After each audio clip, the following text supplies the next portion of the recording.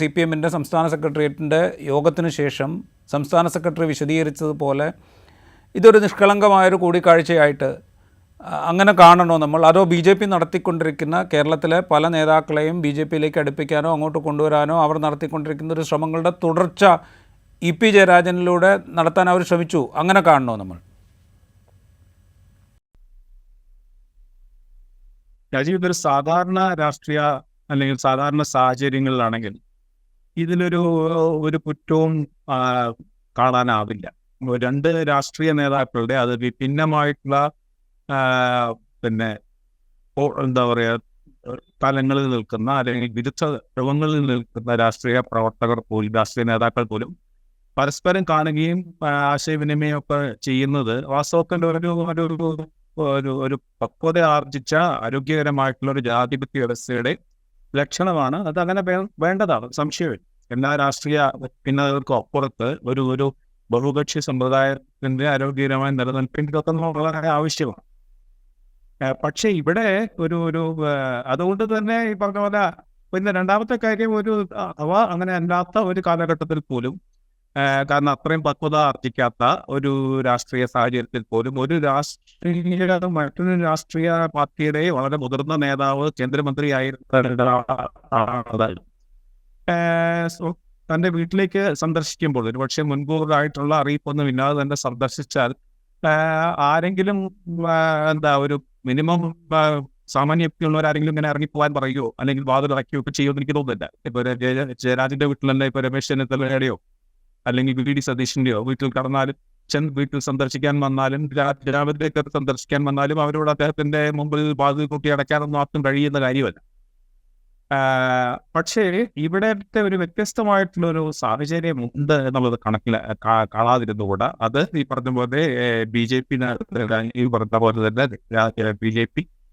അതിലേക്ക് വിവിധ രാഷ്ട്രീയ നേതാക്കളെ ആകർഷിക്കുകയും ഒക്കെ ചെയ്യുന്ന ദേശീയ തലത്തിൽ തന്നെ ശ്രമിച്ചുകൊണ്ടിരിക്കുകയും അത് പലയിടത്തും വളരെ വലിയ വിജയമാവുകയും കേരളത്തിലടക്കം ഇപ്പോൾ കെ ആന്റണിയും പത്മജ വേണുഗോപാലും അടക്കമുള്ള വളരെ പ്രധാനപ്പെട്ട കോൺഗ്രസ് നേതാക്കൾ തന്നെ അങ്ങോട്ട് പോവുകയും ഒക്കെ ചെയ്യുന്ന ഒരു സാഹചര്യത്തിൽ അതിനെ നിശിതമായി വിമർശിച്ചുകൊണ്ടിരിക്കുന്ന ഒരു രാഷ്ട്രീയ പ്രസ്ഥാനം എന്ന നിലയ്ക്ക് ഇടതുപക്ഷത്തിൽ നിന്ന് ഒരാളെ കാണാൻ ജാവദേക്കർ, ഒരു പ്രധാനപ്പെട്ട ആളിനെ കാണാൻ ജാവദേക്കർ വരുമ്പോൾ അതെന്തിനാണ് എന്നുള്ളത് സംബന്ധിച്ച സംശയങ്ങളും ഊഹാപോഹങ്ങളും വ്യാഖ്യാനങ്ങളും ഒക്കെ സംഭവിക്കുന്നത് സ്വാഭാവികമാണ്. അപ്പോൾ തീർച്ചയായിട്ടും അത് ഒരു കാര്യം. രണ്ടാമത്തെ കാര്യം, ഇതിലിപ്പോ ഇദ്ദേഹം പറഞ്ഞതുപോലെ, നമ്മുടെ മുഖ്യമന്ത്രി പറഞ്ഞതുപോലെ ഇതിൽ വളരെ ഒരു നിഗൂഢമായതോ അല്ലെങ്കിൽ വിശദീകരിക്കാൻ വിഷമമുള്ള ഒരു കാര്യം, ഈ കൂടെ വന്ന ഈ ദല്ലാൾ എന്ന് വിളിക്കുന്ന സ്വയം പ്രഖ്യാപിത രാഷ്ട്രീയ ദല്ലാൾ ആയിട്ടുള്ള TG നന്ദകുമാർ എന്നുള്ളത് കേരളത്തിലെ പല അനാരോഗ്യകരമായ രാഷ്ട്രീയ സംഭവ വികാസങ്ങളുമായി ബന്ധപ്പെട്ട ആളാണെന്ന് എല്ലാവർക്കും അറിയാവുന്ന ഒരു വ്യക്തി ഒരു സുഹൃത്ത് എന്ന മട്ടിൽ സന്ദർശിക്കുമ്പോൾ അതും വളരെയധികം സംശയങ്ങൾക്കും വ്യാഖ്യാനങ്ങൾക്കും ഇടവരുത്തുന്നതാണ്. മൂന്നാമത്തെ കാര്യം, EP ജയരാജൻ തന്നെ ഇതിനകം ഒരുപാട് വിവാദങ്ങളിൽപ്പെട്ട് രാഷ്ട്രീയ സ്വന്തം പാർട്ടിയെയും പ്രസ്ഥാനത്തെയും ഒക്കെ വലിയ വിഷമത്തിലാക്കിയിട്ടുള്ള ആളാണ്.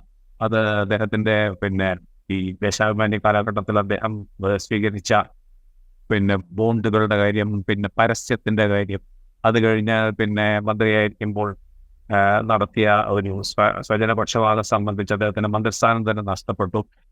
പരിസ്ഥിതിക്ക് വളരെ ഹാനികരമാകും എന്ന് കണ്ടെത്തിയിരിക്കുന്ന ഒരു ടൂറിസം പദ്ധതിയുമായി അദ്ദേഹത്തിനുണ്ടായ ബന്ധം, അത് പിന്നീട് അത് BJP-യുടെ ഒരു നേതാവുമായിട്ട് ബന്ധപ്പെട്ട ഒരു സ്ഥാപനത്തിൽ, ഇങ്ങനെ CPM-നെ പല തരത്തിലും അദ്ദേഹത്തിന്റെ ദീർഘകാലത്തെ അദ്ദേഹത്തിന്റെ പാർട്ടി സേവനങ്ങൾക്കും ത്യാഗങ്ങൾക്കും ഒക്കെ അപ്പുറത്ത് ഇങ്ങനത്തെ പല പ്രശ്നങ്ങളുമുണ്ട്. ഇതെല്ലാം ഇരിക്കെ ഈ സന്ദർശനം ഒരു നിഷ്കളങ്കമായ സന്ദർശനമാണെന്നോ അതൊരു സാധാരണ തരത്തിലുള്ള ഒരു കൂടിക്കാഴ്ച മാത്രമാണ് എന്ന് വിശ്വസിക്കാൻ വലിയ ബുദ്ധിമുട്ടുണ്ട്.